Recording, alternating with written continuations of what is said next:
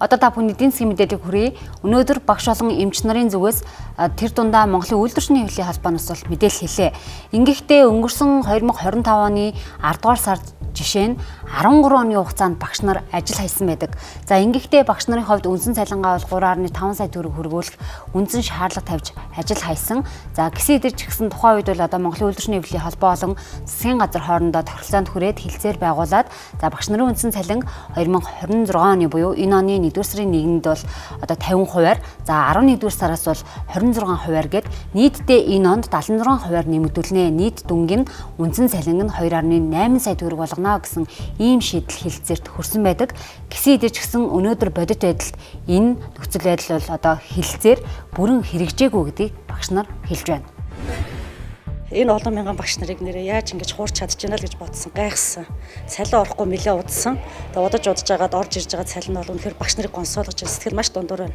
Өнөөдөр бидний тэмцэл ямар ч үр дүнд хүрээгүй тий. Яг цалин хөлсөн 50% нэмэгдсэн гэж харагдж байгаа боловч яг багшийн гар дээр очихороо энэ бол ямар ч одоо нэмэлт биш. Ийм одоо баг зарим юунуудыг хасцсан. Бид нарт бас нэмэлтээр хоол унааны мөнгө гэж бас олгодог байсан сар болгон. Хоолны мөнгө гээд мөнгө олгоод дахиад унааны мөнгө гэж олгодог байсан. Тэрийг бүр хасцсан. Тогоочор ажилтдаг л та. Тэгээ тогоочор ажиллагаар халууны нэмгэлт 10% авдаг гэсэн тэрийг мань хасаа ийцсэн байна. Бас олон жилийн нэмэгдэл явах орсон байгаа. Гэхдээ орохдоо хуучин цалингаас бодогдсон байгаа байхгүй. Тэгэхээр одоо цалин бол яг нэмэгдсэн гэж хэлж байгаа боловч яг үр дүн дээр бол нэмэгдээгүй бараг хасагдсан байна. Үндсэн цалингаа 50% нэмэгдүүлээд үндсэн цалин дээрээсээ бусад нэмэгдлээ дагаад нэмэгдэнэ гэж бодож тооцоолсон. Гэтэл одоо энэ тооцоолыг иргэд үжээ гаргаад тий өнөөдөр юмны үн яаж хөөрөгдөж чинь ямар амар болцсон бэ тий ур чадварын нэмэгдэл байхгүй боллоо. За дээрэс нь багш нарын илүү цаг байхгүй боллоо. Ур чадварын нэмэгдэл хоолны одоо нөхөх төлбөрийг энэ нэг сараас гэж олохгүй шүү гэдэг ам байдлаар за энэ боловсролын салбарын одоо ерөнхий газар боловсролын яамнаас доошоо одоо анхан шатны нэгжийн удирдлага болон нэгтлэн бодогч нарт аман байдлаар ийм мэдээлэл өгсөн. Багш нарын хэлж байгааг та бүхэнд жишээ аван тооцоолон хүргэж байна. Жишээлх юм бол яг одоо салбартаа 5 жил ажиллаж байгаа залуу багшийн мэдээллээс та бүхэнд харуулъя. 2025 оны хувьд энэ 5 жил ажиллаж байгаа багшийн үндсэн цалин сая 484 мянган төгрөг байсан бол за үүн дээрээ бол одоо тухайн багшийн ур чадвар болоод за мөн анги дааж байгаа хэсгээс шалтгаалаад эхний 3 янзын нэмэгдлийг авах боломжтой байсан. За ингээд магадгүй төрийн албан хаагчаар бол ажиллаж байгаа тухайн багш 5 жил ажиллаж байгаа учраас 5% нэмэгдлийг цалин дээрээ аваад за мөн дээрээс нь мэргэжлийн зэрэгтэй бол 10%, за мөн анги даадаг бол 10% гээд нийт ойролцоогоор нэг 25% нэмэгдэл авах боломж 5 жил ажиллаж байгаа багшид байдаг байсан гэсэн үг. За ингээд тухайн багшийн хувьд бол нэг барагцаар бодоход нэг сая 800 мянган төгрөгийн цалин авах боломжтой байсан юм байна. За багш нарт 2025 оны 1 сарын 1-ээс хоол унааны мөнгө гэж олгодог болсон. Энэ нь нийт дүнгээрээ сарда 187 мянган төгрөг олгодог болсон байсан юм байна. Гэтэл 2026 оны 1 сарын 1 буюу за ингээд хилцээр батлагдаж эхэлснээс хойш бол энэ мөнгийг олохоо болчихсон. За мөн дээрээс нь илүү цагийн нэмэлт гэж байхгүй.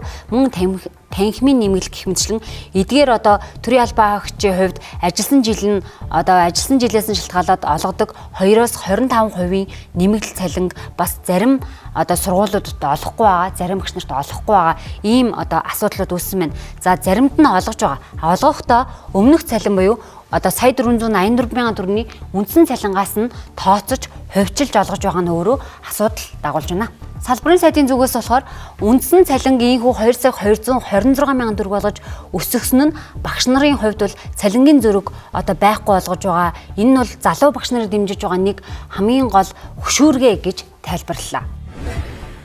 Олон төрлийн нэмэгдэл гэхээсээ илүүтэйгээр шууд үндсэн цалин нь амьдралын баталгаа болж идэг. Үндсэн цалин нь өөрөө тэр багшийн одоо гол орлогын нэг болж идэг. Ийм л одоо өөрчлөлт рүү орох ёстой гэж үзэж байгаа. Өнөөдрийн байдлаар үндсэн цалингийн хямдхан байлгаад тэгээ элдв нэмэгдэл хөлсүүдийг нэмээд ингээд нэг 10 орчим төрөл байдаг. Ингээд цалингийн нийтэд нь өсгөж ирсэн ийм түүхтэй. Энэ нь тэгээд үндсэн цалингийн харьцаа нь баг өөрийнхөө үндсэн цалин нэмэгдлийн харьцаа нь бол 50% орсон. Мөн 2025 онд эмч нарын хувьд ч гэсэн цалингаа нэмэгдүүлэхийг хүсэж одоо тодорхой хэмжээгээр суулт зарласан. За ажил хайхад ч гэсэн бэлэн байгаа илэрхийлсэн байдаг. За ингээд эмч нартай мөн одоо Монголын үйлдвэрчний нэвлэлийн холбоо болоод за мөн засгийн газар бол хоорондоо тохиролцоо хийгээд за хилцээр хийсний үр дүнд бол бас эмч нарын цалин нэмэгдүүлэхээр болсон байдаг. Гэсэн хэдий ч гэсэн одоо хүртэл 2025 оны үр дүнгийн одоо урамшуулал зарим эмнэлгүүдэд очиагүй байгаа талаар мөн мэдээллээ. Одоо ерөөсө бүх нэмэгдлүүдийг өмнөх авч ирсэн үндсэн цалингаас нь тооцно. За гагцгүй нэмэгдсэн үндсэн цалингаас тооцох нь юу вэ гэхээр үр дүнгийн урамшуулал илүү цагийн мөнгийг л одоо энэ авж байгаа нэмэгдүүлсэн үндсэн цалингаас тооцно гэдэг ийм одоо цалингийн зөрүү үүсгэж хүмүүсийн одоо итгэлийг бол одоо хөсөр хийж байна. 25 оны үр дүнгийн урамшууллыг одоо аваагүй эмнэлгүүд байна гэдэг ингээ гомдол гаргаж байна. Хөдөө орон нутгаас маш олон гомдол гарч байна. Энэ мэтчлэнгээр Монголын үйлдвэрчний нэвлэлийн холбооны боловсрол шинжилгээ ухааны салбар болоод мөн дээрээс нь эрүүл мэндийн салбарын өнөөдөр ингэж хамтран мэдээлэл хийсэн. Хэрвээ ойрын хугацаанд улсын хурал болоод холбогдох одоо тухайн шаардлага бичгийг хөрвүүлж байгаа албаны хүмүүс тодорхой хариу шийдвэр өгөхгүй бол за тэд ажил хаях ч юм уу эсвэл дараагийн одоо арга хэмжээ аавна гэдгээ илэрхийлж байсан юм а.